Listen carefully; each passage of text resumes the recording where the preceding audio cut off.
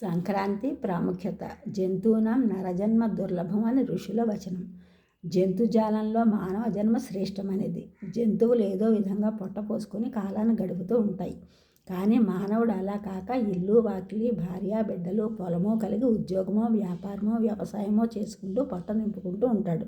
మన మహర్షులు కాలాన్ని బట్టి కొన్ని పండుగలను ఏర్పాటు గావించినారు. అందులో సంక్రాంతి ఒకటి.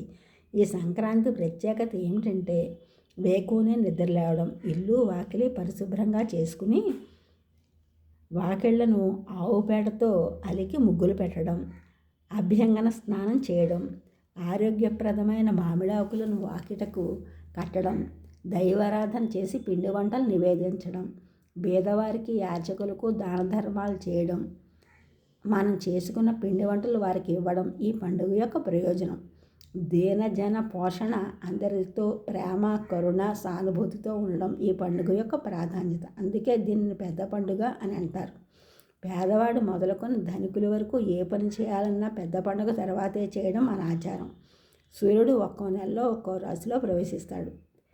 దీన్నే సంక్రమణం అంటారు. సూర్యుడు ధనుర్రాశిలో ప్రవేశిస్తే దానిని ధనుస్సంక్రమణం అని అంటారు. ధనుర్మాసం అని అంటారు.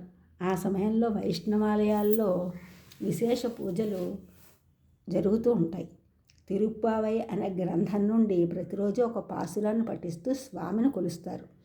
సూర్యుడు మకర రాశిలోనికి ప్రవేశిస్తే దాన్నే మకర సంక్రమణం అంటారు. దీనిని ఉత్తరాయణ పుణ్యకాలంగా పరిగణిస్తారు.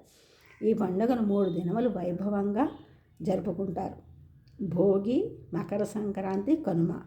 భోగి ఇది దక్షిణాయనమునకు చివరి దినము. ధనుర్మాసానికి కూడా ఇది చివరి దినము. ఈ రోజుల్లో చలి విపరీతంగా ఉంటుంది. కావున భోగి మంటలు వేస్తారు. ఆ సమయంలో ఆవు పేడతో చేసిన పిడకలను వాడతారు. ధనుర్మాసం నెలంతా గొబ్బిళ్ళు పెట్టి భోగి పిడకలు చేసి ఎండబెట్టి దండలుగా గుచ్చి భోగి పండుగ నాడు భోగి మంటలో వేస్తారు.